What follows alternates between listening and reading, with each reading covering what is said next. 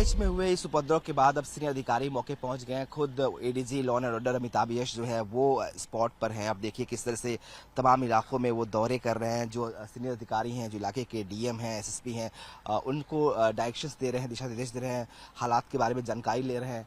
ये इसलिए क्योंकि जो कंडीशन थी उसको नॉर्मलाइज किया जाए, सिचुएशन को अंडर कंट्रोल किया जाए और लॉ एंड ऑर्डर को दोबारा से रिस्टेन किया जाए, इसकी कवायद हो रही है। और इसीलिए जो सीनियर अधिकारी हैं वो खुद भी स्पॉट्स की तरफ जा रहे हैं। तमाम ऐसे इलाके हैं, सेंसिटिव गांव हैं जहां पे आगजनी घटनाएं हुई हैं, जहां पर जो उपद्रवियों ने है उन्होंने आगजनी की है, तो उसको कंट्रोल किया जाए, कैसे इसको कंट्रोल किया जाए और दोबारा से ऐसी घटना ना हो। कम से कम एक जो कानून व्यवस्था है वो इन इलाकों में बेहतर बनी रहे, उसकी तैयारी की जा रही है, उसकी कोशिश की जा रही है। और इसीलिए तमाम जो सीनियर ऑफिसर्स हैं वो मौके पर, खुद एडीजी लॉ एंड ऑर्डर जो एसटीएफ के चीफ है अमिताभ यश, वो खुद मौके पर हैं इस वक्त और अपने अधिकारियों के साथ जो है वो यहाँ पे उनको डायरेक्शंस दे रहे हैं, उनसे चर्चा कर रहे हैं ताकि चीज़ों को अंडर कंट्रोल रखा जा सके। जो हालात बिगड़े, जिस तरह के सुबह अचानक से मॉब जो बड़ी संख्या में आई, तो वो कैसे उसको हैंडल किया जाए, कैसे उसको कंट्रोल किया जाए, ये एक तरह से बड़ी चुनौती है प्रशासन के लिए। और इसीलिए जो सीनियर ऑफिसर्स हैं वो खुद मौके पे उतरे हैं, खुद जो है वो इसको काबू करने की कोशिश कर रहे हैं। आप देख सकते हैं कि अमिताभ यश जो है वो खुद भी जिम्मेदारी संभाले हुए हैं और खुद ही जो है वो लॉ एंड ऑर्डर को एक तरह से दोबारा से स्थापित करने के लिए, उसको व्यवस्था कर जो है उसकी जिम्मेदारी संभालने के लिए खुद मौके पहुंचे हुए हैं और लगातार अधिकारियों से बात कर उनको दिशा निर्देश दे रहे हैं।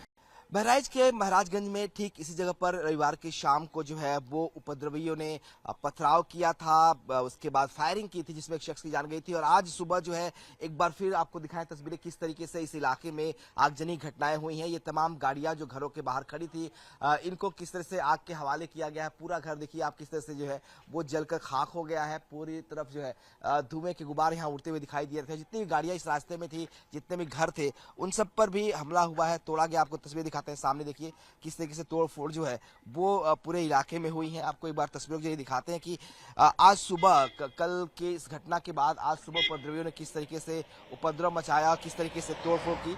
ये तमाम जो दुकानें हैं देखिए किस तरीके से इनको भी तोड़ा गया है, तोड़ फोड़ की गई है।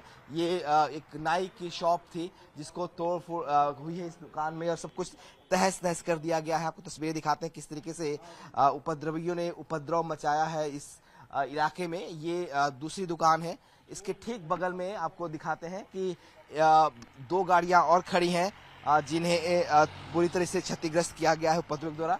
ये देखिए जो गाड़ियां रास्ते में, जो भी गाड़ियां, घर हैं, सब पर हमले हुए हैं, सब पर अटैक किए गए हैं उपद्रव द्वारा और उनको तहस नहस किया गया है, तोड़ फोड़ की गई है। देखिए यहाँ जो गाड़ियां थी इनको भी तोड़ा गया है। दो गाड़ियां खड़ी हैं यहाँ पे, आप देखिए 1 और 2, ये दोनों गाड़ियों में भी तोड़फोड़ हुई है। तो उपद्रवी जब एक तरफ तहसील पर बातचीत का दौर चल रहा था और उस वक्त प्रशासन की टीम वहां मौजूद थी, उस दौरान इस इलाके में फोर्सेस नहीं थी, लिहाजा बड़ी संख्या में उपद्रवी जो है इस इलाके में पहुंचे, उन्होंने भी तोड़फोड़ की।